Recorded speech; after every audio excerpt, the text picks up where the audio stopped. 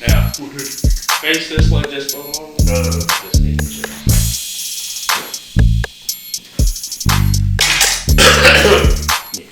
That's gonna work out. Now you are a guinea pig, man. I got it. You are the guinea pig, because I'm doing something entirely different. But what about the fact now? Yeah. We had rehearsal last Wednesday. Something was giving me the business because he had said something. I was playing that Jocko thing. I was doing my Jocko thing right the other day. You know, I put it.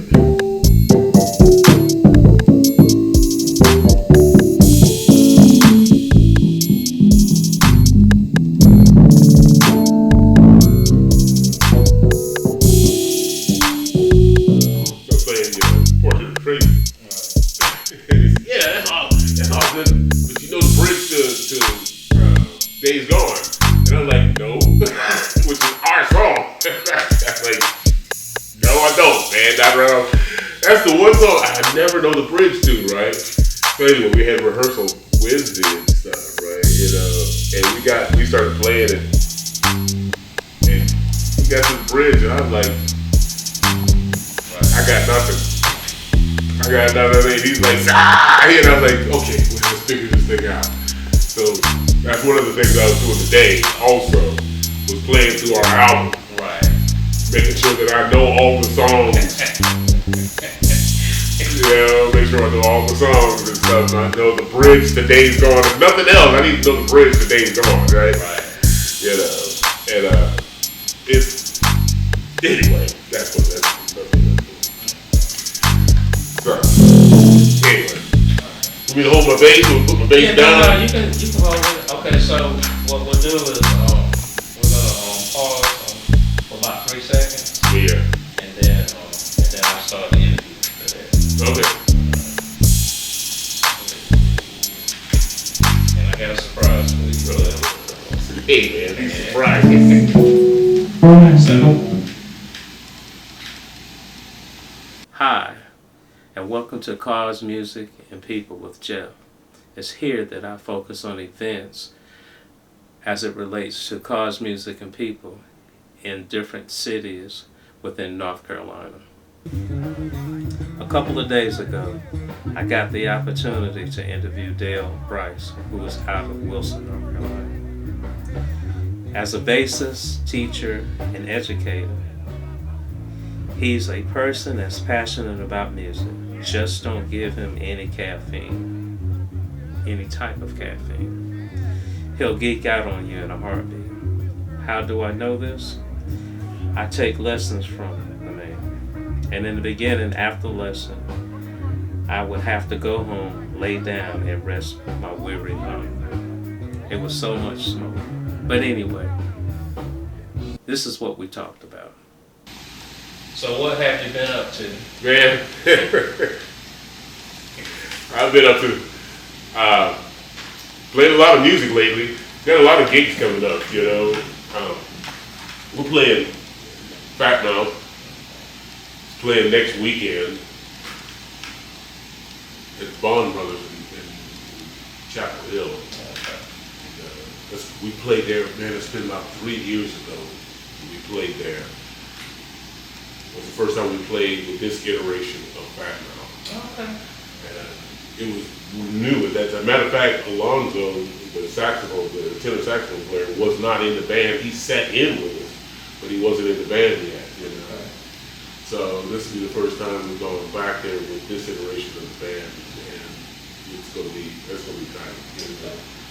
Now has it, I guess from now until back when you guys were in Chapel Hill? Has the band, I guess the members, has it changed? Well, they've been added. You know, it's pretty. The core has been Mitch Morton on saxophone, who started the band, actually started the band, and then I, of course, I came along, and then Graham Swaniger keyboard, and Tucker Sanders on drums. That was the core of the band, you know, in this iteration of it. Then we added Alonzo Torres on tenor saxophone. We added Brigham Jensen on trombone, and Mackenzie McGuire on the vocalist. She's now a member of the band, so that now the band is those pieces. So you have two saxophones, trombone, keys, drums, bass, vocals. And then whenever we play in Charlotte, we have Jeremiah Pickett on guitar. He lives in Charlotte. Yeah, he's pretty nice. Yeah, he's all right. He can play a little bit. And it seems like, because I know when you guys were at Motorcore. Yeah, Motorcore. Yeah. It seemed like when, not to say that you guys don't play, but you guys play, but it seems like his playing, it kind of hypes everybody else. It elevates. Because he's so high energy and stuff, and he just rips, right? And whenever we play with Jeremiah, we always kind of make sure we emphasize, since he's not a permanent member of the band, right? But he's so good, we want to make sure that he's being featured a lot. We have an ulterior motive. We want to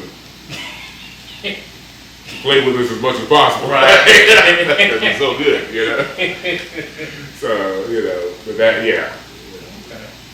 But yeah, other than, and I've been playing, and since summer's been out, since I'm out of school,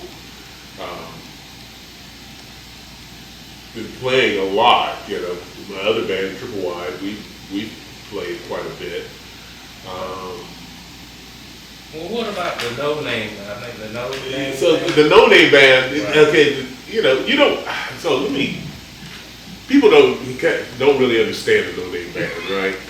The No Name band is a combination of a bunch of other bands that came together, and we came together basically to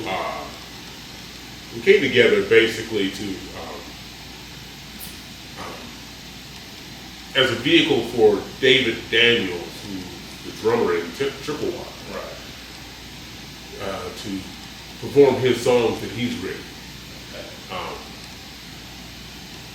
And he plays guitar in that band, right? So he's more like a front man in that band. And that's how that band came together. Basically, we played some covers, some covers, but mainly we're playing a lot of songs that he has written through the years. Right. And we were trying to come up with a name, and nothing seemed right, It was like a No Name band. So what we did is we had played a show, and there was like a contest, can somebody come up with a name for the band? Right. Nobody came up with anything, So it was like a No Name band, basically. But we actually played not too long ago, and we hadn't played in a while, but we actually played it not too long ago as a fill-in for a band that was over here at Casita at the brewery. Band didn't show up, and they needed somebody, and they called Will Roble, who was the guitar player in that band also. And he was like, "Hey man," and so we put it together. It was kind of it was the No Name band, kind of. Right. The drummer was in a pretty bad accident, and he's not been playing. So we got another guy to fill in for him, and then David Daniel, he was in Argentina or something. He was out of the country or something. So, but we fine. It was fine. So yeah, fair. Now I know. You know what? Like, Why the no name band? Because we don't have a name. That's funny. Yeah. Okay. So, really, my first question is, growing up, was music being played in the house, and if so, what kind of music, or what kinds? Well, yes. To answer your question, was music being played in the house? Yes, there was music always through the radio or something like that. You know, it's funny because my father, and I do remember this, but it's a little hazy. But my father was a country music fan. He loved country music, right? At that time, I was a young guy. I was a young kid. You didn't really classify music like that. To me, you didn't. In my situation, it was just music. Right. It didn't make a difference. It wasn't what style or anything like that. You can call it soul or funk or jazz or country. It was just the music that was being played. That's all I heard. He loved country music, and then later on in life, I found out one of the things is, a couple of the people that he grew up with ended up going to the Grand Ole Opry and being country performers, right? My mother was a jazzer. She loved jazz music, and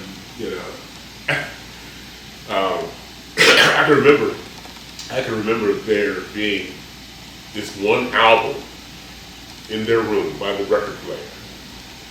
And I was always fascinated with that album, right? And because just the cover. Well, it turns out that album was Cannonball Avenue Live, right? And on that album was I think the bass player is Walter Booker. I think that's who the bass player. I'm not sure who the drummer was. I should have looked that up to see who the drummer was. But the piano player, keyboardist was Joe Zawinul, who was the creator of Weather Report, which brought me into Jocko and all that. So anyway, that's the first time I heard, he had that one song, he had that song on there, Mercy, Mercy, Mercy. Okay. Which my band plays all the time, right? Well, I heard that song, when it was new, back when it was new. But anyway, yeah, music was being played in the house. I've told this story several times. So my grandmother had a piano in the house. I was always especially both my parents worked at the airport, Wright-Patterson Air Force Base, and they worked weird hours, right? So when we in the summer, we stayed at my grandparents through the week, Springfield, Ohio, and on the weekends we'd go, stay with my parents because they were all work. And they, like I said, they worked these strange hours at the time. Until I got into the third grade. But anyway, I digress. So my grandmother had a piano in the house, so we were always there. And there's 20-some grandchildren in the vicinity. And I was the only one that would go in where the room where that piano was and go in there and mess with that piano. As far back as I can remember, I was just fascinated with it, going there banging with the keys and all that stuff and what happened. And I guess I was in there one day, banging on the keys, whatever. I was probably about 5 or 6 years old. My grandmother was in the kitchen, and she said, I was in the kitchen and I heard music coming out of that room. I heard a song being played. So I came running, and it's like it was you sitting there playing, Blue Moon. I played Blue Moon. Playing this on the piano. And they said, she told my mother, she said, hey, I think he needs to start taking piano lessons. So my mother asked me, do you want to play an instrument? I'm like, yeah. She said, what do you want to play? I said, drums? You can see her eyes going, oh. Right. How about you take some piano lessons first? Right. And I was like, okay, cool, you know, I care, you know, yeah, sure. And I remember my first piano teacher was Henry Perry. Henry Perry. I didn't find out later about him that he was like the local piano guy in town, right? So I had an aunt who Frances Fletcher, who was a gospel artist. Who, you know, she's a gospel recording artist, and Henry was always her accompaniment and stuff. But I didn't know that until years later. Years later. But yeah, I took lessons, you know, so I started taking piano lessons when I was 6 years old, something like that. And I played piano. I played it all the way up until that time I got tired of it, Right. you know. You know, being a kid, you know, and all those cousins were outside playing baseball. Right. You really want to be out there. You know, I gotta go there and practice. And, you know, kids, you know, you're a kid. You have to play 30, you have to practice for 30 minutes. That's right. A kid, that's a lifetime. You know, like 30 minutes, oh man. All the fun is being had out there. It'll be over by the time I get finished. Nah, you know, we played out there until the lightning bugs were flying and stuff, right? So anyway, but I'm glad they made me do it, you know. But yes, so that was a long-winded answer to, you know, right. Yes, there was music being played, and that's why I started playing, you know. I was just always fascinated with music, you know. I loved it, you know. Sounds like. You know. Yeah, because I was going to ask you what your first instrument, but it was piano. So. Yeah, it was piano, and then about the time I turned. By the time I was going to hit my 18 years, so about 12 years of age, about 12 years of age.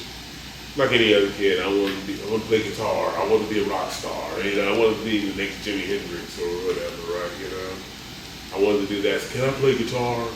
Can I play guitar? I want to play guitar. You know, and they were like, yeah, okay. So they got me a guitar. Okay. They got me an acoustic guitar. Okay. And I started taking, and I wish I could remember this woman's name. I don't remember her name because I didn't take lessons, but only took a couple lessons. Right. She lived around the corner from me. And I remember that first lesson. There were like 4 or 5 other kids in this house. And we were all sitting there, and she was trying to teach me how to play Puff the Magic Dragon. I'm like, oh, they lose. Like, Puff the Magic Dragon. You know, on an acoustic guitar that was not set up well. Right. You know, strings were this high off the neck. Yeah. Needless to say, well, let me rephrase this. I was still, even though I was playing the guitar, I was always playing the bass line. Oh. I could always hear the bass lines of any song, you know, that was being played. I'm listening to that, and I'm trying to emulate that. And then I didn't, you know, the kid didn't know what the bass was, right. You know, or really what the bass function was. And but I still played the bass lines and stuff, you know. And then it kind of dawned on me. I said, well, maybe I should play the bass. So that kind of brought you to the bass. That brought me straight to the bass, you know. I mean, I played guitar for that long. Right. And then I was like, can I play bass? And I know they were like, oh, well, would you make up your mind what you want to do? But to their credit, you know, right. they supported me, right. You know. They said, sure, we'll get you a bass, you know. And I remember it was for my birthday, my 13th birthday. They went to Montgomery Ward. They got me a Tiesco. I wish I still had that bass, but they got me a Tiesco. It was $69. I thought about that a couple of years ago. How much did they pay for that? I looked that catalog up, and it was $69 for a Tiesco, whatever bass, right? And I banged on that thing, man. I banged on that thing and banged on it, you know, all that, you know, my birthday's in July. So all that summer, you know. And then when school started, by the time school started, I could play, you know, a couple of tunes. You know, I could play a couple of tunes. And, you know, like, but I didn't show off to anybody. Nobody knew it at the Right, time. you were kind of keeping everything. I was keeping, that was just, it was for me and me only, Right, you know. I understand. When I'd go home and, oh man, you know. I guess they thought, well, he's not gonna get in trouble because he's not coming out of that room. He's in there banging on that daggone bass, you know. You know, so you gotta, so I'm 13. So 13 years old, you know, so in the 8th grade, you're going to the 9th grade and stuff, right? So we're talking 1970. I got that bass when I was in 1970, so I was 71. You know, so now you can imagine the music that was being played on the radio at that time. And kind of side note, music at that time, you know, pop music, was different than what pop music is today. Pop music back then, as you should know, you do know, it was what was popular. Right. And what was popular could have been anything from, you know, it could be a country song, it could be a jazz tune, and everything in between. Song. TV theme, you know. I mean, anything, whatever was popular was being played, you know. I used to listen to, you know, Hee Haw. I used to listen to Hee Haw and all that stuff, Roy Clark, and all those cats. It'd be Glenn Miller, not Glenn Miller.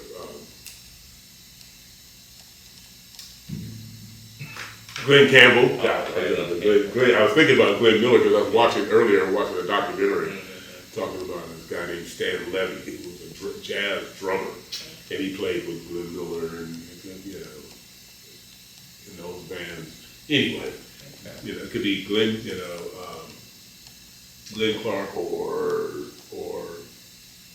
John Coltrane, my Funny Valentine, you know, or My Favorite Thing. And everything in between. David Bowie. Yeah. You know, yeah. I mean, so. Elton John. Yeah, Elton John. Yeah. So, you know, being a bass player and being somebody who's listening to that stuff, right? And playing all of it. I was just absorbing it all. Right. Trying to play it all. Kind of leads me down. We'll probably talk about this later on, but I have this concept about bass players, right? Bass players are the ones who do know all the songs, normally, you know, because a good bass line is a good bass line. No matter what the genre is. It don't make a difference. It don't matter, you know. I mean, a good bass line, you hear something like, man, that's really, that bass line is kicking, you know, and try to play it. Yeah, I wish, and I don't know what it was. It was an anime movie, and the bass line in it was, I was like, really? Yeah, see, that's what I say, you know, you hear that stuff, right? You know, you hear it, you're like, man, that thing's tight, right?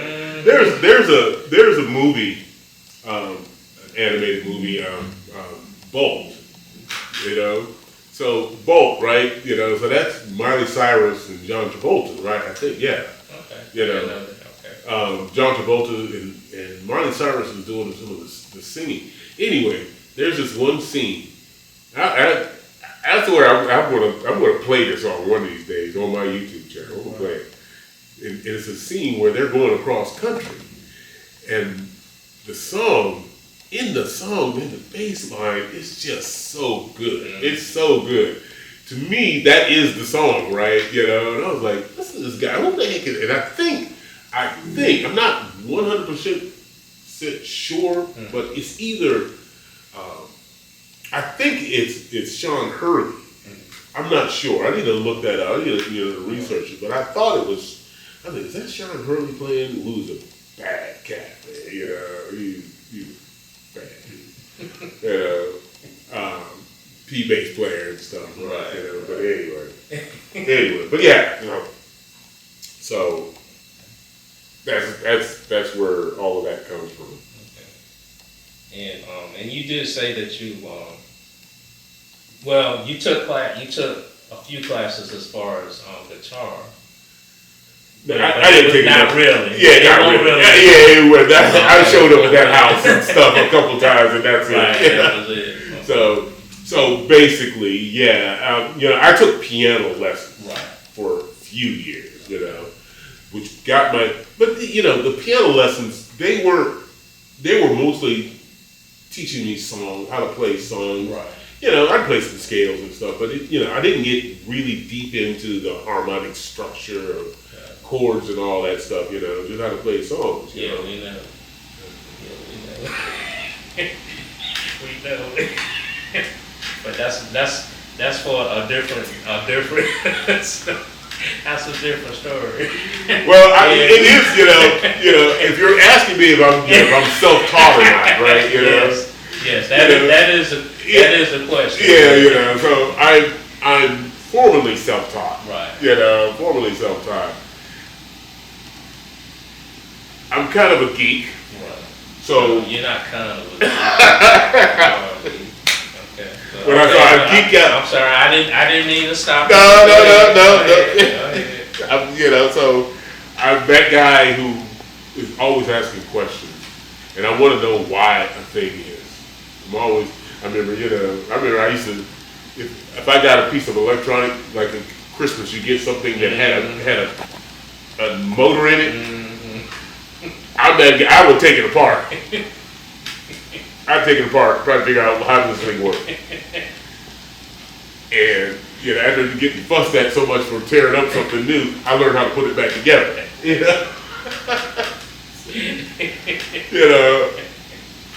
So and it's the same thing. It's the same thing with music, right? After a while, I was starting.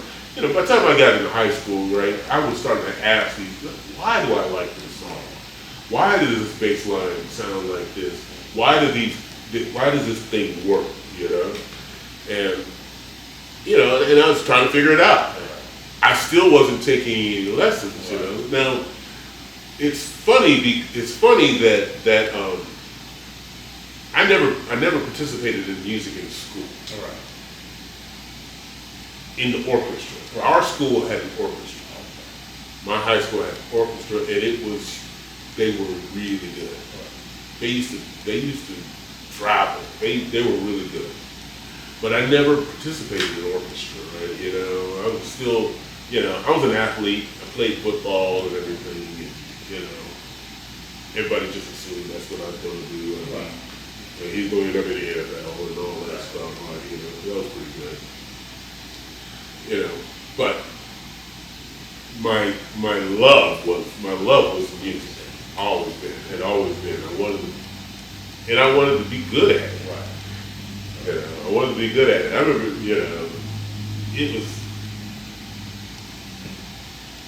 I was always asking questions about, trying to figure out. Now this is prior to this stuff, Right. Internet. Right. We're talking to a guy. You're talking to a guy who's in an advanced age. I'm just not ancient. Right. No. But when I started playing, you had to ask. You wanted to find out some information. You had to get up, put on clothes, get on your bicycle, ride down to the library. Go to the card, the card catalog, Right. Pull out the thing, look at like, okay. Figure out they can walk down an aisle. There's the book. Pull the book out. And look. Yeah, you don't have to do that now. You don't have to do none of that now, right? So you had to really want to know what something was, right? But that's what we did. I mean, that's what I did, And then I will say this. I will say that some of my friends, I had a few friends who played music. There's a couple of people who played music that I grew up with that did know I played, because they were kind of in the same boat as me. We kind of geeking out on this stuff, right? And then it was always. I digress. I'm gonna tell you. This is one of my practice routines. One of the things that I call it. I didn't call it practice routine then. I was just sitting on the couch with a bass guitar, watching a television show, and a commercial would come on, right? Well, you had 15 seconds to figure out what to say. I'm like, oh, I like that. Then you had to wait. You might have to wait another hour and a half for that commercial to come back around again. Yeah, you know, stuff like that. Right. You know, or theme songs. You know, television show theme songs and all that. You know, that was one of the things I'm gonna tell you, that got my ear together quick. Well, I shouldn't say quick, but you made you pick it up, right? You had to quick, though. You had to be quick because you ain't had but a couple seconds to get that, you know. You know, kids today, I'm gonna sound like an old man, you know, yelling at the clouds and stuff. But kids today, you know, they go to YouTube or whatever, and they can stop, they can back it up, which is what we did with records. Right. But you had to go buy a record. You had to go buy a record and stuff, or you would exchange, That's right. Change records with people. And, yeah, I remember my cousin went off to college, but I had an older cousin, Jimmy. He's a couple years older than me, and he went to Central State. He played football also. He went to Central State, which was not far from my hometown. And so on the weekends, since he was so much farther away from where he was from, he would come to our house on the weekends. College freshmen would come to our house and eat of our food and all that stuff, right? But because he was in college, now he's interacting with a bunch of older people or different people from different parts of the country, and he's finding out about music, and he's like, man, you check this out, you check this out, you check this out. I'm like, yeah, man, this is good. I like this, I like that. He's the one that turned me on to the group Manville, right? And I first heard Manville through him, through a guy who was from New York, so stuff like that. So then you get the album, and then you put that album on there, and you're like,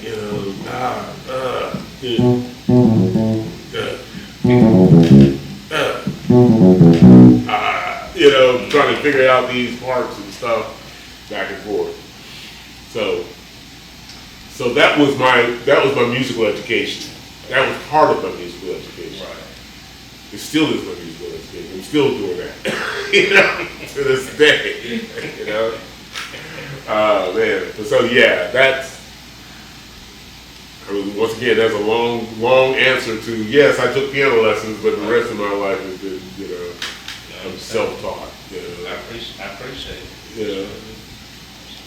Okay. So my next question is, where does your love of music and passion for teaching come from? And I mean, you've kind of been talking about it. Yeah, you can tell I'm passionate about it, I mean, I don't know where, it's just in me, I don't know, as far as my love for music, it's always been there. I can't remember not loving music. I've talked to kids and stuff. I say, hey, what kind of music you listen to? I don't listen to music. I'm like, what? What do you mean? What? Huh? What's wrong with you? Nah, I don't say that, but I'm thinking that. Right. But my passion for teaching music comes from the fact, or I should say, it comes from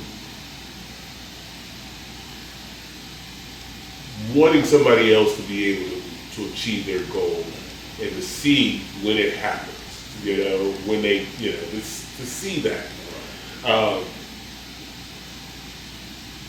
I'm passionate about music, and if somebody's taking lessons, then I'm assuming that they're passionate about it too, And if they're passionate about it as well, I am more than happy to help them along with their journey and stuff, right? I love it, especially when you start to see those improvements, and you see not so much that it's validating my ability or anything like that, right, but just the joy to see somebody attain something that they've tried to do. It's like, man, you see somebody come in and they can't tune an instrument up or anything like that. And next thing you know, they're playing the tune that they wanted to play. And like, and they're happy about doing it. Like, oh man, that I love it. I just love it. I told you the story about my one of my students, 13-year-old girl. Right. who's been taking lessons with me about a year. Just about a year. And she sat in with my band, right? And I think I could tell her, I said, look, if you saw people looking at you, you saw some of the musicians looking at you and they're making faces, that's a bad take. Wear that as a badge of honor. If it looked like somebody's kicked the skunk in the behind, it's like they're making that face, that means you're doing all right. and I was there, she was doing all right. Yeah, she's man, She was holding her own. She's holding her own as a 13-year-old. Well, that you see that, right? You know, I saw you when you do your thing, and open mic. I mean, that's what it's all about for me, if I see that, And for some people, they don't ever want to play in front of people. They might not ever want to play. But if they want to be able to play, they just want to play some notes. That's fine too. That is fine too. I want them to be whatever the case may be. So you don't have to perform in front of anybody to get validation for your ability or anything like that. Whatever makes you happy. But my passion for teaching is to help you get along, get you to the point where you're able to move your fingers and play the notes and all that stuff. Some people just want to learn how to play a song. Some people want to know exactly what I wanted to know. Why does this work? How does this work? What have you? And I'm more than happy to go, down whatever path they want to go with it. Just as long as they continue to do it. I love it. Well, like I said, if you move back to your hometown, I'm gonna pack up and go with you. So. There's more room. There's all kind of room there for you, man. I'm hoping next year. Speaking of that, I'm hoping next year that been talking about this for a couple of years now. That it may happen. I want to take one of my bands up there. I want to take Fat Dog up there. Triple Y has actually been there. They came up in 2019, and we set up on my mother's front porch. And just played. Right. In the whole neighborhood. I mean, people go down the street, they stop, and sit in the yard, and there's a nursing home right across the street from my mother's house. They brought the residents out, and they sat out there and listened, and to this day, that's 2019, so that's 6 years ago. Yeah. 6 years ago, right? And every time I go home, people will say, "Hey man, you gonna be playing on the mother's porch?" People will be like, Right. So I say that to say that my hometown is a pretty cool town, right? It's a very artsy town, It's a very artsy town. Yellow Springs, for the people who might listen to this, they say, "Where's your hometown?" Right. Yellow Springs, Ohio, and it's a very artsy town, right? But it's also right next to. This kind of goes back to my musical journey, When I first started playing the bass, right? Yellow Springs is just outside of Dayton, Ohio. And when I first started playing the bass, early 70s, all the funk bands were coming out of Dayton, I mean, it was like, it's 20 miles from Yellow Springs and stuff, right? So, Ohio Players, Roger and the Human Body was a huge band, local band. Well, that's Roger Troutman, who was, his brother Zach. Right. So you had Roger and Zach. Well, they played the Proms. Ohio Players played the Proms. Then Roger Troutman played the Proms. You think, what? Prom? Yeah, they had to start somewhere, Yeah. Remember when Ohio Players played the Prom, and then the next year Funky Worm came out. And you ain't getting them anymore. Hey, they're not playing any more Proms, And then shortly thereafter, Pain came out, and then and then of course the next album after that I think was Skin Tight, right? And they were you're done. Well, on their way then. Yeah, they were well on their way. They were like, they're over with. And Roger and the Human Body they were such a great band. And Roger was that cat. Roger was, he was like the prince of that era. He played all the instruments. He played all the instruments and stuff. He was a bad cat. He wrote everything and all that stuff. So through him, a couple of other bands, came out. But then you had Slave, in the middle 70s, you had Slave, which is Buddy Hankerson on bass, man. And those, you had Park Heatwave was from there, Lakeside. So all those bands, all that stuff was bass driven. So me being a new bass player, everybody expects you to play those things, It's like, you need to learn this, you need to learn that, you need to learn this. I was like, hey, okay, I'm like, but once again, self-taught, no YouTube, no television, no way to know. Right. You don't go to the concert to see, you don't know. I don't know how anybody's slapping. Yeah. I don't know what that is. I didn't have anybody to teach that to me, so I'm trying to figure out, to make that sound. And I'll never forget, man, I was trying to figure out how to slap. I was trying to figure out how to, do, and it was going nowhere. It was going nowhere. And I was sitting on the couch. I was sitting on my mother's couch, watching television, probably Saturday, sitting on my mother's couch, Saturday morning cartoons, not plugged in, just had the bass in my hand, and I was just doing this, and I was like, wait, I think I might be doing it. So I immediately stopped, jumped up, and my bass amp was downstairs in the basement, right? Went down, plugged it in, I got it. I got it. I figured that out anyway.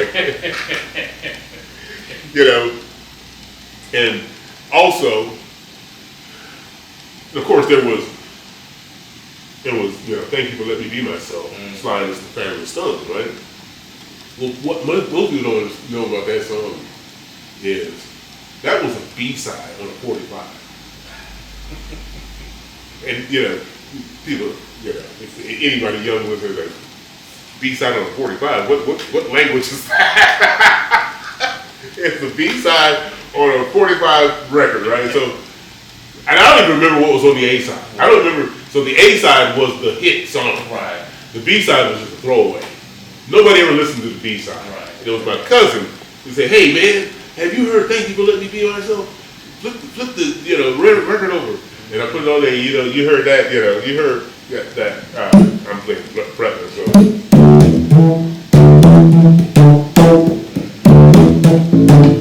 You heard that, right? Mm-hmm. And I was like, what is that? What's going on? And all bass players were going, what is that? But we all were like, trying to figure that out. And then, we did have Don Kirshner's rock concert. Mm-hmm. We did have Midnight Special, Soul Train, and American Bandstand. So that was your opportunity to see these people live, mm-hmm. right? And I think it was probably Midnight Special or something like that. And being 14 years old or something like that, I was allowed to stay awake a little longer than normal, My grandparents, as soon as the sun goes down, come back.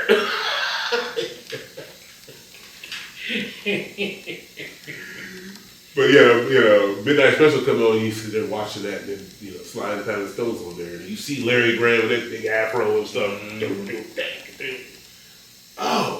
Oh, he's using his thumb.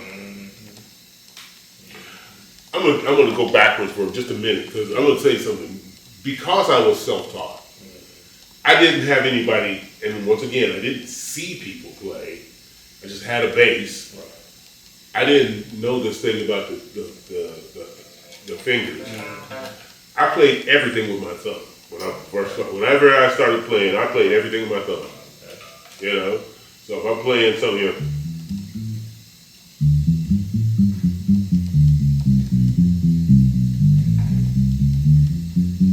I was playing everything with my thumb.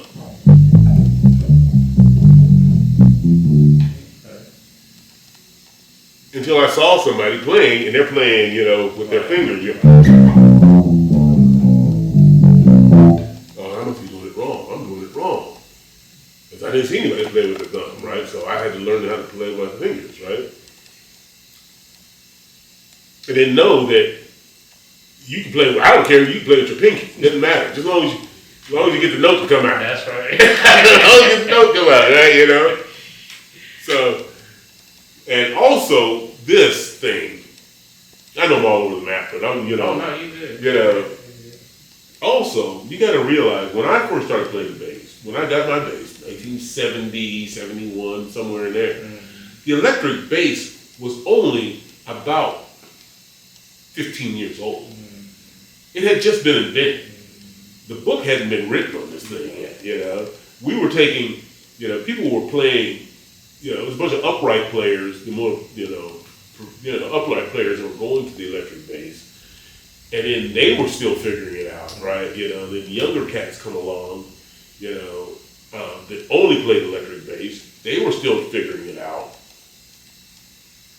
Here it is, 2025, and we're still figuring it out. It's still a very, in as far as instruments can go, it's still a very young instrument. The guitar is a couple hundred years old. Right. The upright bass is a few hundred years old, right? Piano's hundreds of years old, right? Horns, all that stuff is way older than all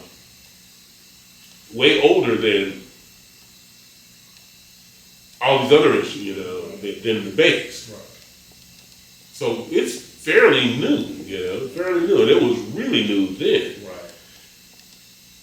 So there's no, So I say that to say that because I was self-taught, I'm just making noise. I'm just figuring out how to get the noise to come out of this thing, So then later on, I said, well, I'm doing it wrong or whatever. It turns around that I play with my thumb still a lot now. I'm actually, it's a thing. I see people, doing, YouTube tutorials on how to play this certain technique, and it cracks me up, because I'm like, that's like 50-some years ago. But I thought I was messing up. Turns out I know what the hell I was doing. I didn't know what I was doing. Anyway, I lost track of what the question was. You could. No, you could. I appreciate that. All right. So, let's see. The next question is, when was the first time you got paid for a gig, and how much was it? I remember exactly what it was. I was 15 years old. I played my first paid gig. I was 15 years old, and it was $15. And I was happy to get it. I was like, I got $15. I got $15 for doing this. Nice. I'm set. Thanks. I'm happy. I'm happy with this. I'm like, yo, man. It was like a street fair kind of a thing, and there's a bunch of, not a bunch of, group of us got together, and they wanted, and they paid us, I forgot how much, could have been maybe $100 for the whole band. Probably not. $15, I got 15, but who knows? They might have screwed me. They might have got way more than that. I don't know. I was a young cat, Young cat. But they weren't that much older. I mean, they're like 16. So. That's funny. That's funny. But then you get that first paycheck, right? You get that first time that it's like, oh, well, I can make money doing this. I mean, it was a couple of years later before I got another check. But it was, Ah, man. So that's why, that's like when have somebody sit in with me, so these young people sit in with me, I always give them some money. Right. I always give them a little, something, I'm like, this is, I'm telling you, man, some of these students, right, the kids, Right. You old people, you got it.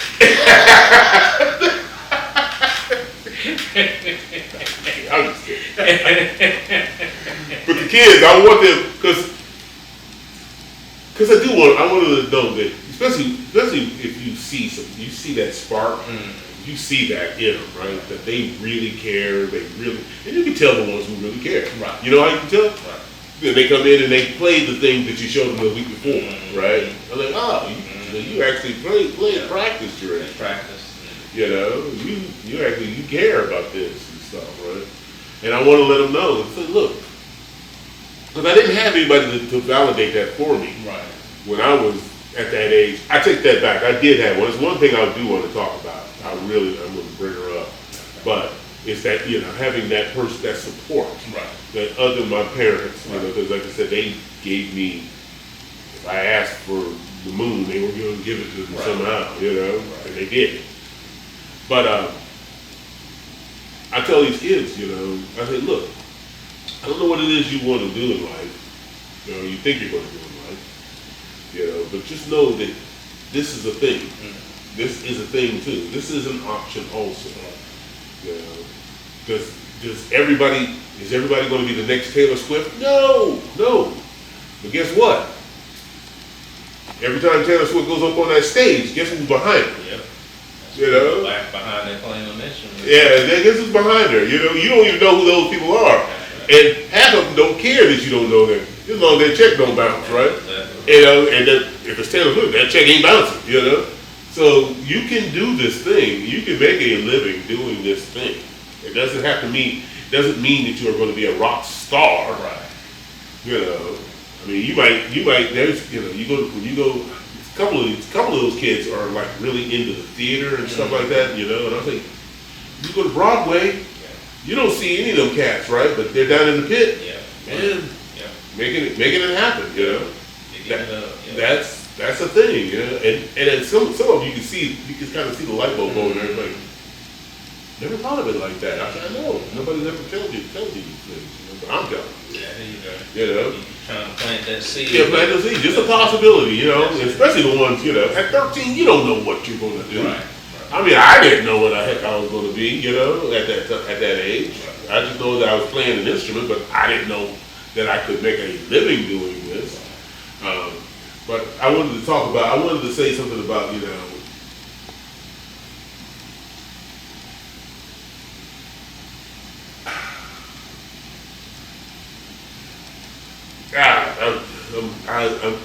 I'll bring it up later. But there was somebody that was in my wheelhouse. There was somebody that was in my wheelhouse, and she's the librarian of our high school and stuff. And she's the one who saw. She's the one. I guess she saw that spark or whatever. Because I remember. Because I'd always go to the library, and like I said, once again, Yellow Springs, growing up in Yellow Springs was a blessing. So they had, the library had a subscription to Rolling Stone magazine, Downbeat magazine, all these music periodicals and stuff like that. So I'd go there and I would, get every new edition, I'd get it and stuff, and I'd read it and all that from front to back. And one day she said, so we have all the Downbeat magazines that we've ever gotten in archive. I'm like, oh, so you want to see them? I'm like, sure.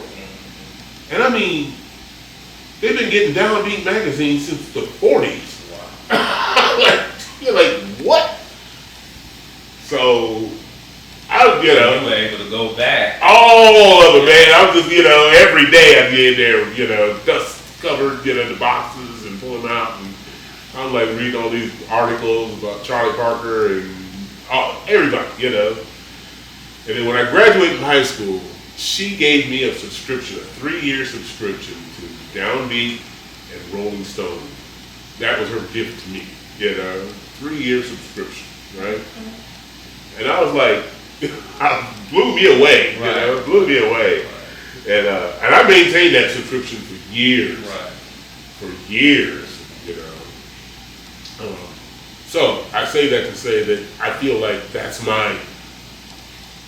one of my missions, or one of my, what's the word looking for, duties as an educator, is to inspire other people and stuff, right? So, as you say, like I said, that's my passion.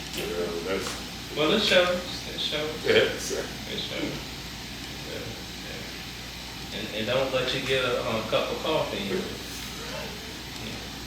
That might be another segment. But anyway.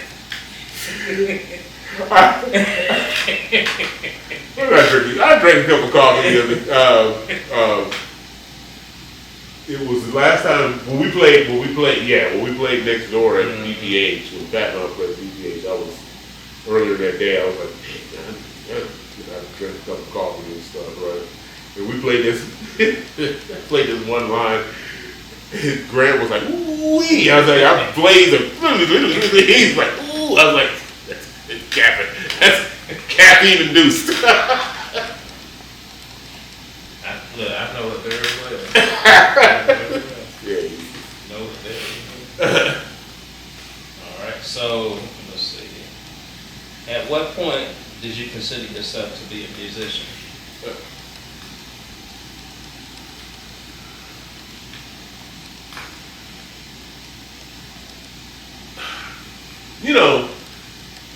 I knew you were going to ask me that, and I was sitting there thinking, I don't know, man. I guess maybe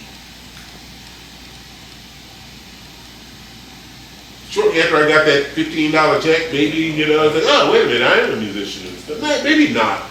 Maybe later on. It was probably after I left high school, and I was in the Army, and I played in the first pickup band there, right? When I was in the service, and I was in the service. I was stationed at Fort Carson, Colorado, and I had a bass with me. I always had an instrument wherever I went. I always had an instrument, some kind of instrument, and I had a bass with me and stuff, right? And then this guy come in, in the Army, you got people from all over the place, all over the country. We're all thrown together, right? This guy sees the bass and he said, oh man, I play guitar, man. You want to jam? I'm like, sure. He sits down and starts playing. And once again, I digress. I was an extremely quiet kid, extremely quiet. And to this day, I'm really still pretty, subdued in the company of people I don't know, But I was definitely a wallflower, that's for sure. But it was funny when I would play music. This guy comes in and say, hey, man, you want to play? I'm like, yeah, jam and stuff, right? And all the other guys are like, man, you play music? Wow. And we sit down and we start playing and stuff, right? And I'm playing songs, and other people were like, how can you play that? Your guys, how can you play that? And you never practice or anything, especially something like, hey, I'm gonna play this thing, you know this song? No, I don't know the song. Play the chords. You start playing the chords, I pick it up, start playing, and you think, yeah, that's it, blah blah blah. You see, you don't even know the song, but you play it along and it sounds like this thing. I guess at that point, I'm probably 18, 19 years old. I think, maybe I am a musician. I'm a musician.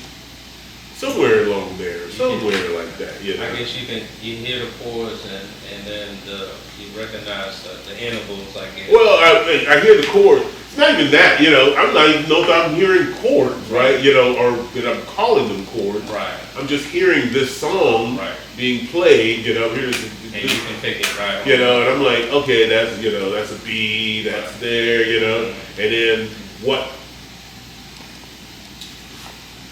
You'll find out, as you learn to play more and more songs, you'll start to figure out that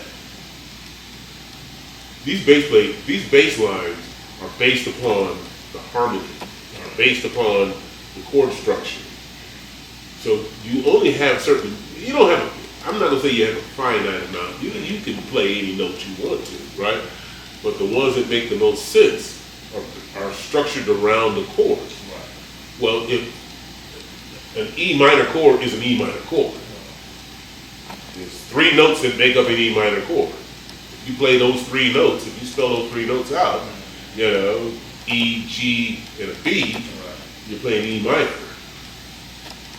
Well, if you play it in a certain way, it's going to sound like anytime there's an E minor chord, you're going to play that kind of a line. Well, that's in about 1 billion songs, right? And you start like, oh, it's the same thing as this or the same thing as that. It might feel a little different, but it's the same notes. So as you do that, you're like, oh, okay, well, I can make, he's playing the E minor, I know these are the notes I can play. Plays the A minor, I know these are the notes I can play. Yada, yada, yada, yada. So then you play it. Well, at some point, I figured out that I know all of that stuff, right? You know, I know all that. So I guess I'm a musician, you know. And then I met James Bailey. This was in the Army. This was in the Army. He's a guitar player. And James Bailey that cat could play, man. He could play. He was a jazz student, man. He could play anything. And I remember hearing him play. I said, man, what are you doing in the Army? Right. Why are you in the Army? He said, I need a job. Why are you in the Army? I needed a job. We had this killer little group, man, you know. We had this killer little group, right? So, but he's the one who really made me get my harmonic thing together, right? Because he would tell me, you know, say, hey, you know, this is A suspended 4, blah, blah, blah, yada, yada, yada, you know. And I'm like, oh, that you got the face like what I have, right? What are you talking about? What? Say what? Because you know, my little, you know, I never, you know, I played it. If you played it, I'm like, oh, that thing.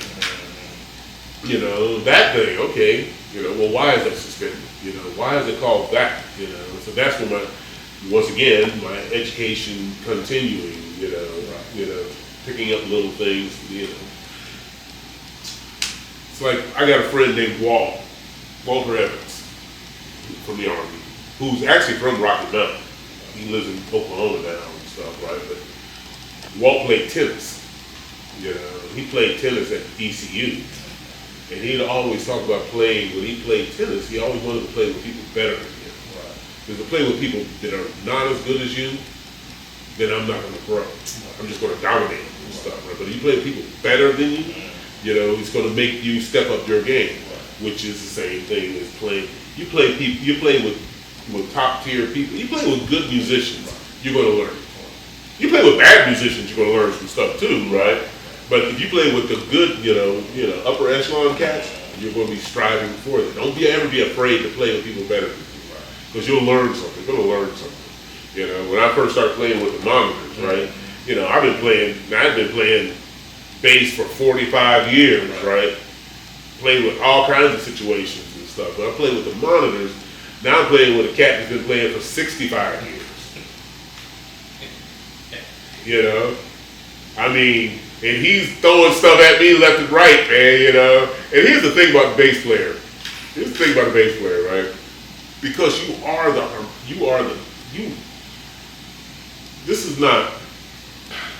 it's not controversial what I'm getting ready to say, and I'm not biased.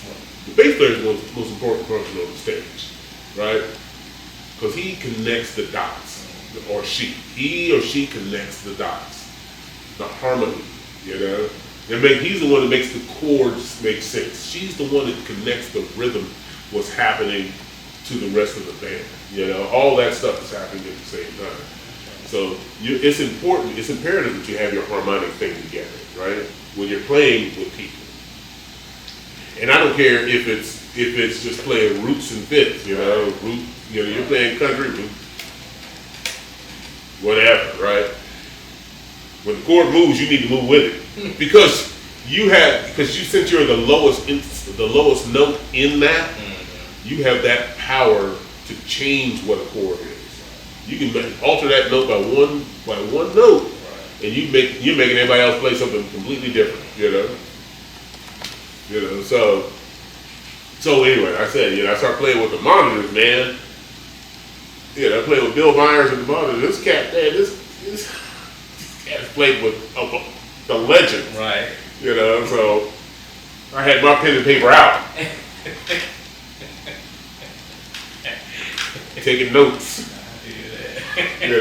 I had some people tell me, like, yeah, man, I couldn't play in that situation, man. I'd be too nervous. I'm like, hey, we only have 12 notes.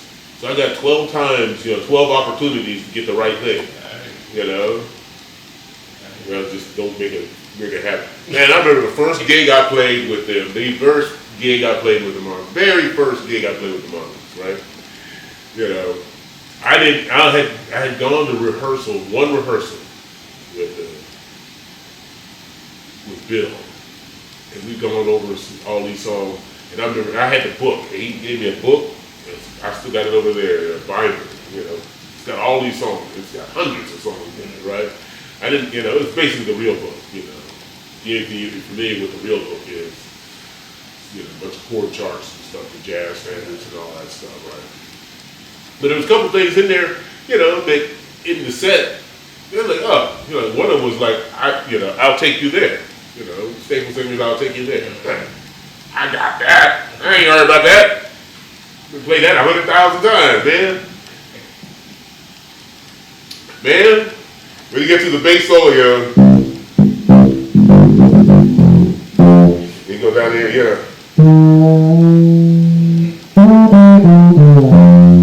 that part right there, I don't know where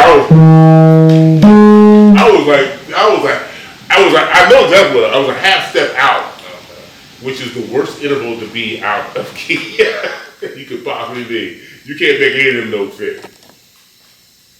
And I was like, but I went, and I'm not playing fretted, I'm playing, fretted bass, but still.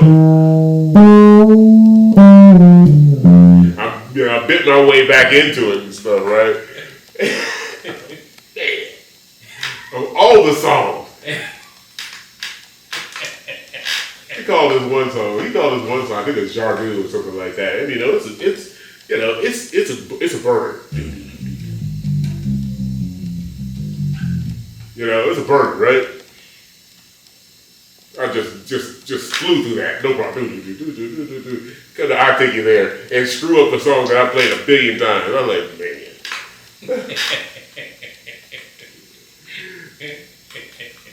But guess what? I never did again. I never played that thing out of key. So yeah, I forgot what you could ask me. Okay, so let's see. Okay, so my next question is, would you change anything on how you got to this point in your life as it relates to music?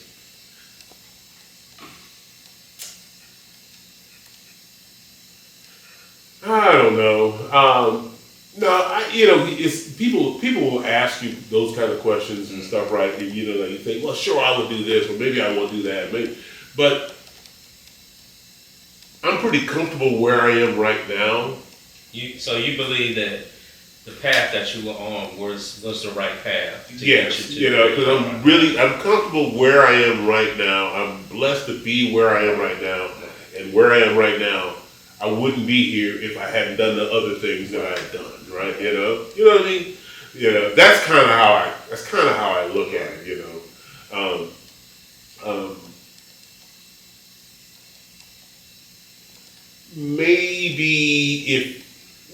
I guess I'm pretty satisfied with what I've done. The things places I've been, and all that stuff.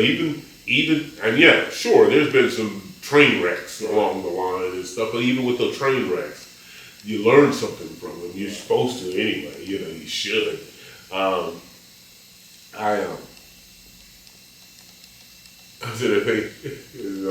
trying to think of the train wrecks, and there's not been a lot of them, to be honest with you.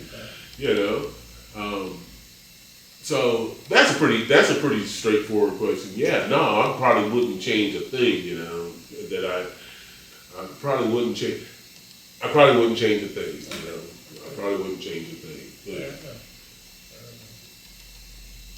I might have taken a couple of classes early on and stuff like that. But then again, I'll tell you. I'll be honest with you. I'm thinking about going to school now. I was thinking about getting my master's in whatever. And I was talking to some of the cats in Fatmouth who have master's degrees. The drummer Tucker's got a master's in jazz. Graham, the keyboard player, he has a master's. And they both said, he said, you taking a master's class would be hilarious. He said, you know more than the professors do. You'll either be teaching the class or they'll be pissed at you all the time, right? They'll be like, I don't understand why he's in here. Like, why are you here? And don't get me wrong. I can learn. I say this all the time. I learned something last week that I didn't know the week before, right?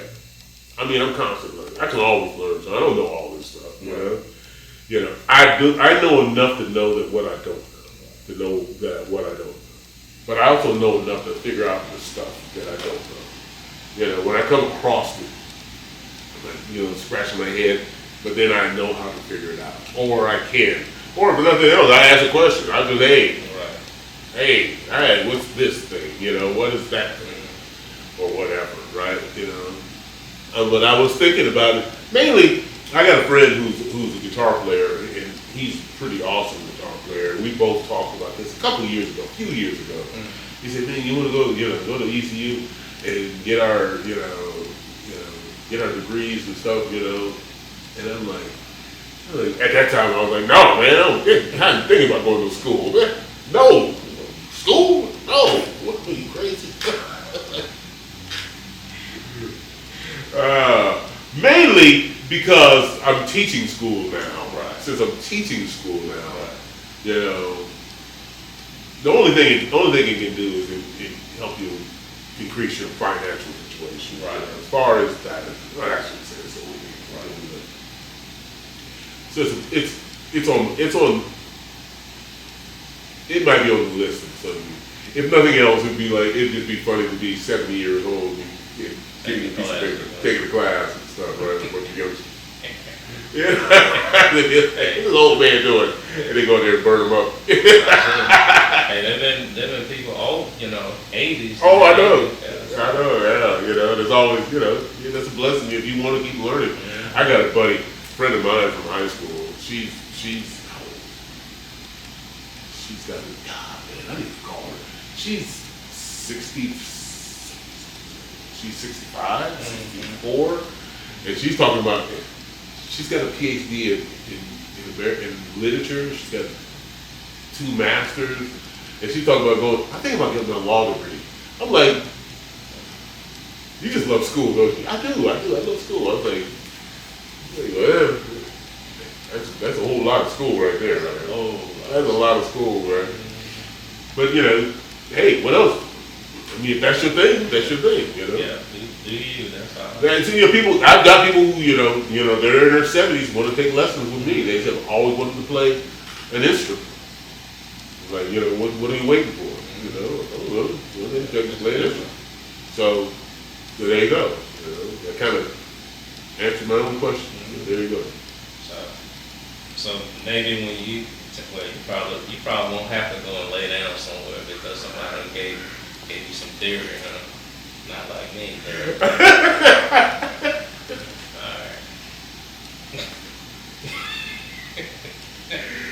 Alright. Yeah, I might. He's like, He's like, whoo. He's like, what? So I had to go and lay down. Oh man, there's smoke rolling out my ears and stuff, right? I'll be like, how does it feel? Now you know my thing.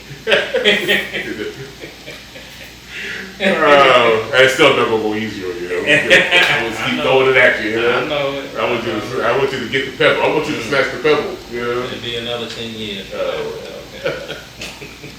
All right. So, let's see. Out of all the concerts that you have attended, which one is most memorable and why? So you talk about attending? You mean me playing in, or going? When I wrote the question, it was more so you going and seeing the concert. Yeah. But yeah, that would be a good one too. So, which one you want to answer first? Most memorable concerts I've attended, that I've actually witnessed. Man, I know you've been to some good ones. I have been to some really good ones and stuff. I would say that one of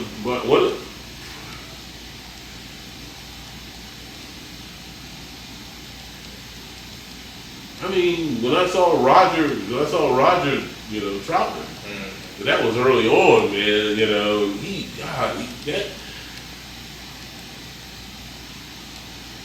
When I saw Roger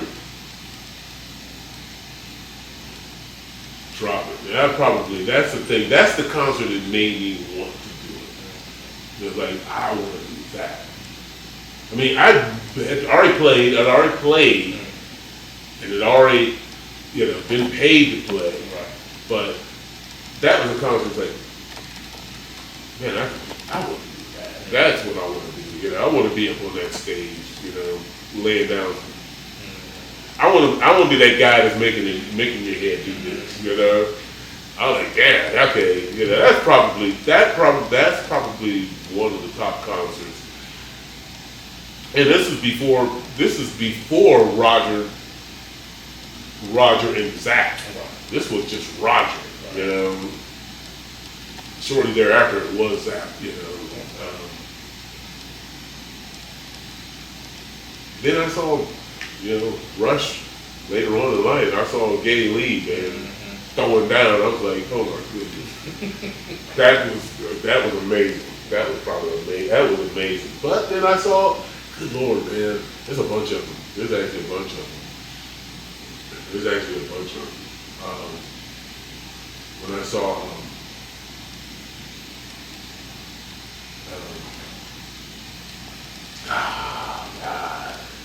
Robert Randolph.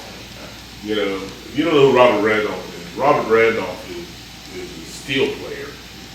He's on the Sacred Steel, black, steel guitar. Saw him in Asheville at the Leaf Festival, which is the festival. I played that festival. I was playing in that festival.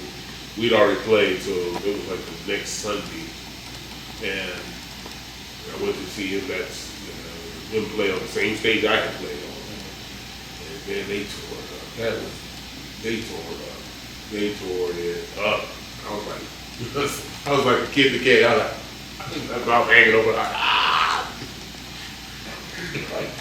I'm trying to think where it is. I think it's over here. It's back there in the jaw. It's back there in the jaw. And I was like right there at the stage, whole concert. And he kept, every once in a while, he'd make eye contact, right? And then once he got finished, he did everybody, there, I'm taking a bow and everything. And he had his thumb pick, and he slung it right at me, He threw it right at me, and I snagged it. I was like, and afterwards he was like, man, you really enjoy it. I'm like, yes, dude, yes, dog. You see it on my face. I was like, smoking. Yeah, they were killing it. I loved it. That's one of the top concerts in my life, And I've seen Earth, Wind & Fire. You've seen all the top bands, and they were all amazing. All these bands were amazing, but the energy in that concert was just over the top, over the top. And as far as the concerts I played at, it was the same year that I saw him, and that's an easy one. Right. That's an easy one. When I got a chance to play with Maceo Parker, Maceo, And we ended up trading dates with each other, you know. I bass solo and I'm playing da da da da da da. He's like da da da da. I'm like, I'm playing with Maceo. Maceo, come blow your horn. Yeah, like, I gotta tell you, man, is how we knew that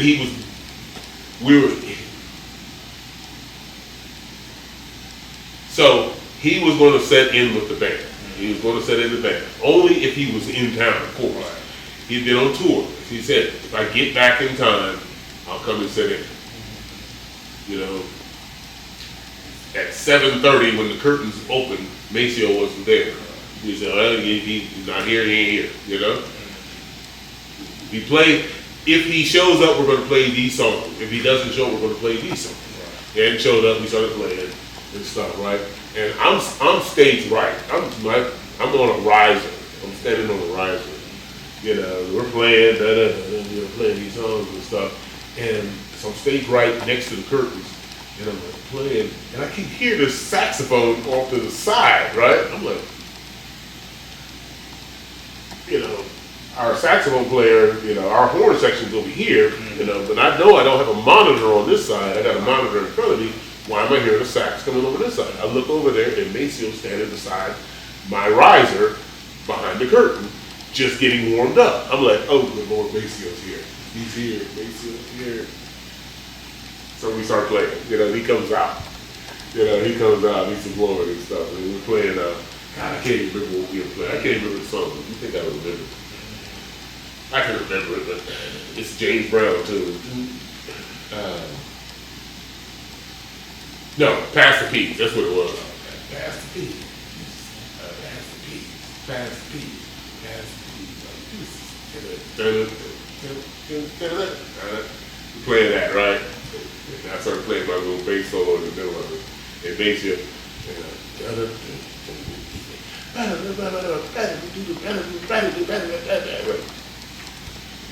yeah, that's an easy one. I played some great concerts. You know, when I played the Leaf Festival, you know, there's 50,000 people there. You know, that's. But when you play, you know, that energy is something else to behold, right? You know, that kind of energy is just you know. But when I play with Maceo, I'm playing with history. I'm playing. This cat played, you know, James Brown, his own band, Prince, part of the Funkadelic, all the people that I grew up with. You know, I mean, he's on the albums that I own, you know? I mean... that was amazing. Yeah, you know, that was pretty hot, you know, so that's an easy one. That's an easy one. So, last one is, what advice would you give someone who wanted to learn an instrument? Pick up an instrument and learn it. I mean, easiest question of all of them. You know, go get an instrument and pick it and start playing. No matter what it is, if it's piccolo or the flute or whatever, you know, the mouth harp, whatever it is, pick it up and go play. That's it. You know, and age has, you know, just got through saying, you know, you can be, as long as you have your facility about you, you know, you're functioning. You can learn. I mean, even if you're starting to slip a little bit, you can learn. It can help, you know. Just pick it up, go get an instrument. Don't wait. Say, because there's never a perfect time. There's never that perfect time. You cannot wait for perfect, because it never comes, right? Believe me, you know, say, oh, this is not quite the time, no, it's not the perfect time. Well, it is never, you're never going to do it. You're never going to, you know, go get an instrument, pick it up, play. If you want to play, right. That's it.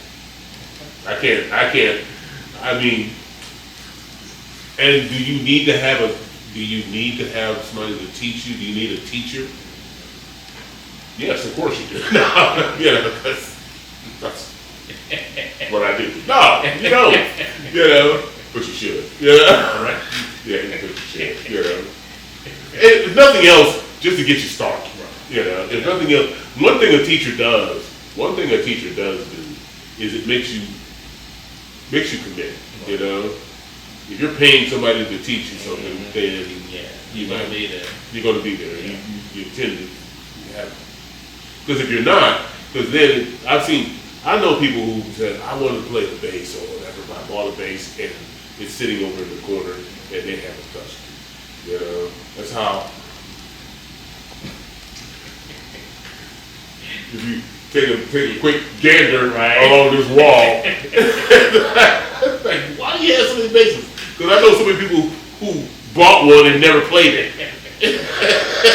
So you ended up with it. Yeah, that's it. You know, I mean, seriously, there's a few of them on that wall. That's exactly where they came from, right? You know, it's like people bought them and they never played them, or guitar, or whatever. And that's fine. That's fine, you know. But if you do want to play it and you do have a desire, you're like, I've always wanted. I heard that so many. I've always wanted to. Well, what's stopping you? You know, then go get one and pick it up and play. You know, and do it. I mean, it could be worse. There could be worse things you do. That much is true. You know, so that much is true. there you go. All right, so this next section. Oh, you got more paper. Yeah, this next section. You can. I'm calling it pick one. I'm gonna give you two choices, and you gotta pick one. You don't have to justify your answer unless you want to, or you can just whatever one you pick, we'll just go on to the next one. Okay. All right. Okay. So the first one is iPhone or Android. Android. Okay. All right. Next one is Spotify or Sirius XM. Sirius XM. Next one is watercolors or real jazz. Real jazz. Okay. I kind of figured that one, but now I know why too. Now I know why. Yeah. Well, why? Why do you think? Well, I think because I like watercolors, but on real jazz you get a mix of all of that, and I think they on real jazz they play more of the no, it's not contemporary, but more of the real, you know, because I think the contemporary came out of right. Yeah. I mean, so watercolors. So if you look at I will explain this one a little bit. If you looked at my record collection at a specific time, you know, basically the end of the 70s into the 80s, it's a watercolors playlist. Right. CTI. It's a lot of Bob James Right. and stuff like that, you know, which kind of is the precursor to what you hear on watercolors now, right? The more, for lack of a better term, poppy jazz, right? Poppish jazz, right? Which is great. I mean, don't get me wrong. I listen to both of them, right? You know, you know. But on real jazz, you get more of the standards. Right. You know, a lot of the standards and stuff like that. But also, what I like about real jazz is that you also get Marcus Miller's show. Right. You get Christian McBride's show. You know, so and then you get Terry Lynn Carrington's show, which really covers a huge spectrum of music. I've heard more stuff on her show that I was like, who the heck is this? Who is that? You know, like, this is pretty cool. Then they have the African, so it's a wider spectrum of stuff, right? Now, I like them both, but real jazz. Okay. There you go. All right. Upright or electric bass? Like, they're two different instruments. You gotta pick one.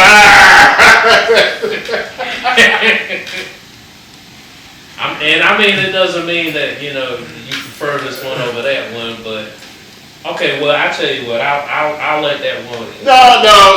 It would be electric because this is what I'm used to. You know, this is what I played for the most. But let me qualify by saying, I wish I would have played it upright first. Right. I wish I would have gotten the upright first. Right. right? I love the upright. I love playing the upright. But I'm not as good on the upright because I don't have as much. But I'm getting better at it. Right. I'm getting better. You know. So there you go. But electric. I'll answer your question. Okay. I'll stay true to the game. Okay. All right. Jazz bass or P bass? See.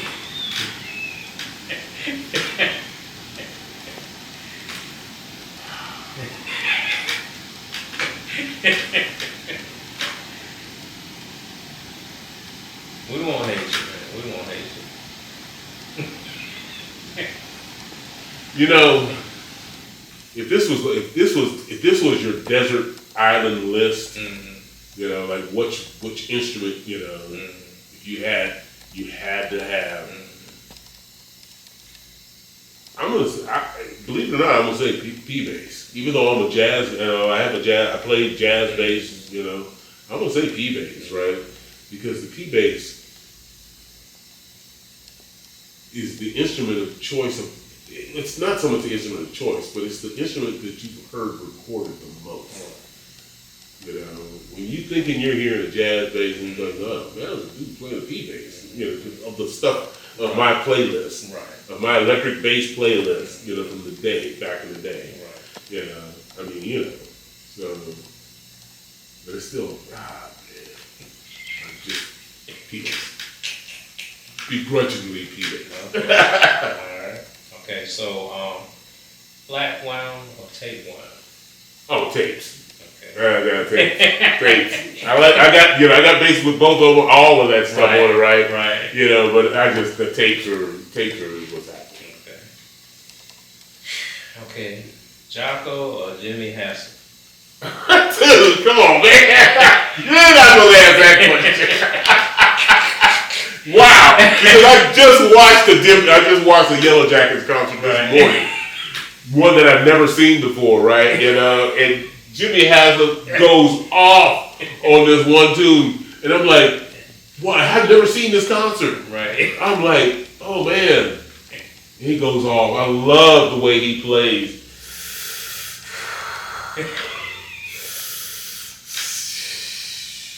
It's okay. No, it's not. I see smoke rolling off. Yeah, no, you're not supposed to ask those questions. Oh man, God, you know.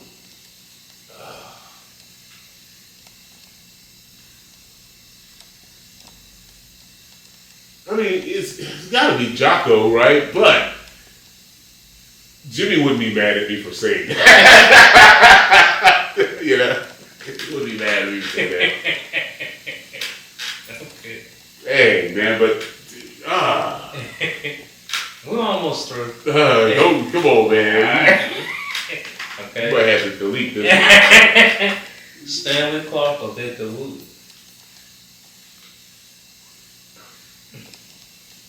I thought we were almost finished. Like, Victor.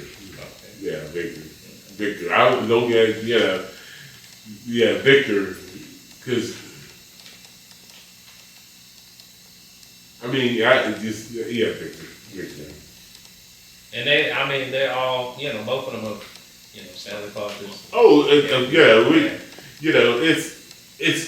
when it comes down to that, when it comes down to, who you like more, I mean, you can't measure it. You can't measure that, the difference between Stanley, for me, the difference between Stanley Clark and Victor. It comes down to some other intangibles and stuff like that,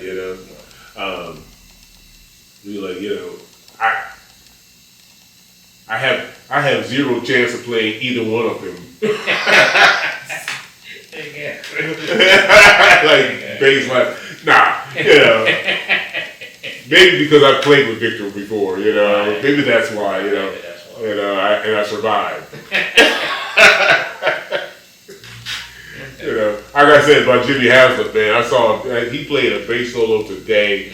I'd never seen this guy. I thought I had seen everything he's done, right? And I was like, where? He goes off, man. I was like, good God. Man. But then, I remember the first time I heard Jocko. First time I heard Jocko, I was that guy. You know, I used to take all this stuff right here, pile it all over here, start a bonfire. You know, like, what in the world, man? And I like, anyway. Okay, that's a good one. Okay, so Charles Mingus or Ron Carter? Ron. I like Mingus. I like them both, but Ron, yeah. Okay. Fender or Squire? Fender or Squire? Yeah. Oh, Fender. Even though I have Squires, Right. and my Squires are amazing. Right. You still sticking with Fender? But yeah, I mean, yeah. Okay. If somebody would, if I could just find me a '61 Fender Jazz or Pete, Right. I could find it easy. If I could find the dollars to buy one of those, that's what I should be saying. I hear you. Anyway. Okay, so Guitar Center or Sam Ash? And even though I know Sam Ash is there, I think that kind of gone. Sam Ash is gone. Yeah. Sam Ash is gone, but yeah, Guitar Center, you don't get their act together, they're gonna be right behind them and stuff, right? You know. But when Guitar Center, when Sam Ash was still a thing, it was Sam Ash. You know. And there's a reason, you know. Right. You know. Both of the big box stores, they kind of pissed me off, man. Because I went into Guitar Center one time and they had a Lake Placid blue with a matching headstock jazz bass, right? That thing was beautiful. I was like, look at that! Oh, that thing is sweet with the covers, Right. with the both covers, ashtray cover and the pickup. I was like, oh my God, look at that thing! That thing's beautiful. Pull it down. I could go and bow hunting with that thing. It was like a bow in that neck. It was a banana. I'm like, how are you going? It was $1,700, right? And I'm like, how are you going to hang this thing on the wall? It is unplayable. The strings were so high I could put my finger underneath it. I was like, dude. You were hot. Yeah, I want to play this thing. And this thing like just got an inch and a half underneath the strings. I'm like, and then I asked the kid. I was like, I was a kid. I was like, yo, man, could you like adjust this neck so it can be played? Oh, I don't know how to do that. I'm like, oh, good Lord. And I asked another one. I see the oldest person in there, right? And I said, hey, man, you got a truss rod, you look at this neck. And he said, I got time, here's a truss rod, you go ahead and do it. You let me adjust the neck. And I cranked it down, took it off, cranked it down, straightened out the neck as much as I could. Right. The guy, one kid was like, oh, is that what you do with that? I'm like,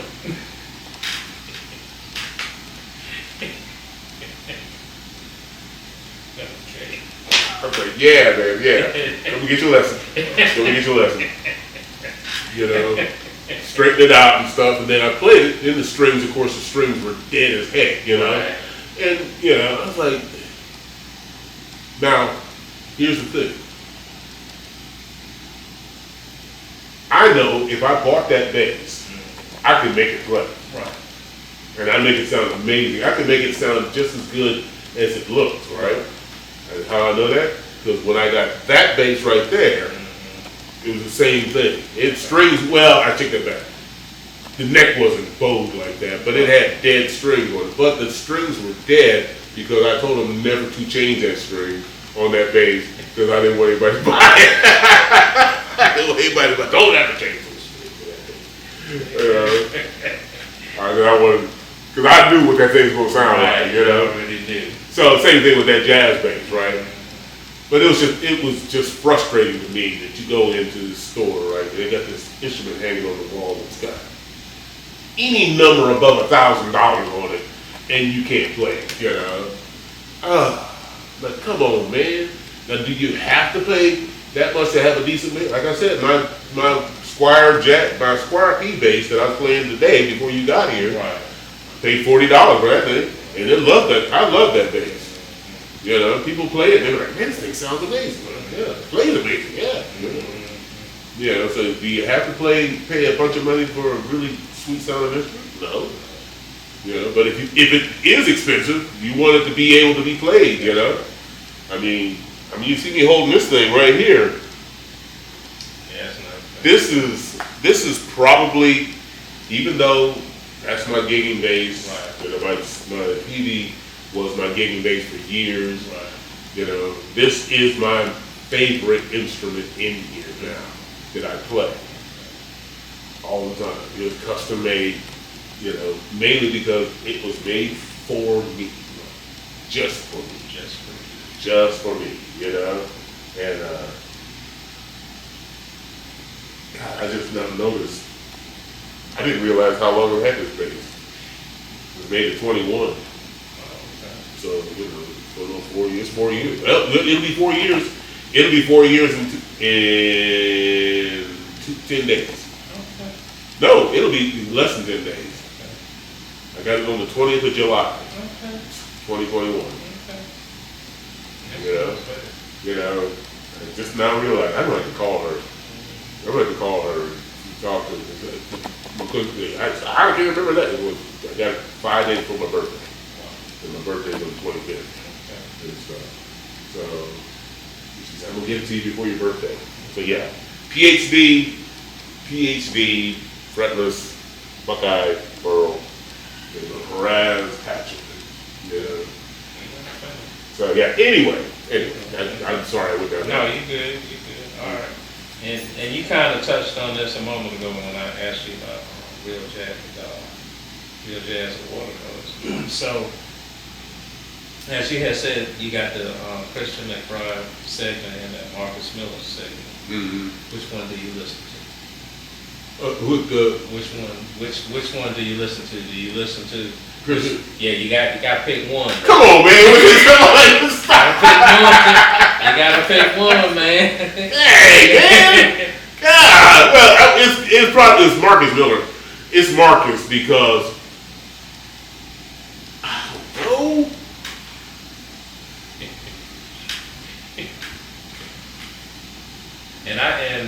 I See, because I would say I got to take that. Maybe not because I say Marcus because he's playing music, right? He's playing all these different things, right.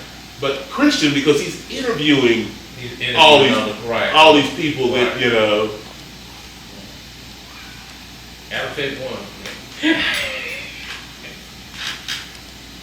I'm liking this. I'm not.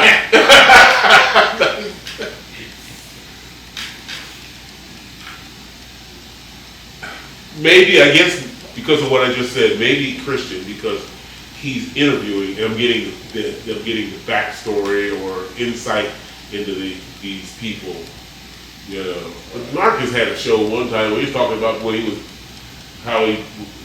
was like playing with Miles Davis. Mm. That was so amazing. Right. Just that story. Right. But yeah, probably Christian because of the format of the show, you know, because of the format. Not necessarily. Because, like I said, he's talking in his interview style. Right. And you're getting to know some of these people and stuff, you know. So I'll say that. Begrudgingly, I will say that. If I have to pick one, I have to pick one. Okay. All right. So we got one last one. Yeah, make it easy. This one's gonna be easy. Tangleray or Hendrix? Oh, Hendrix.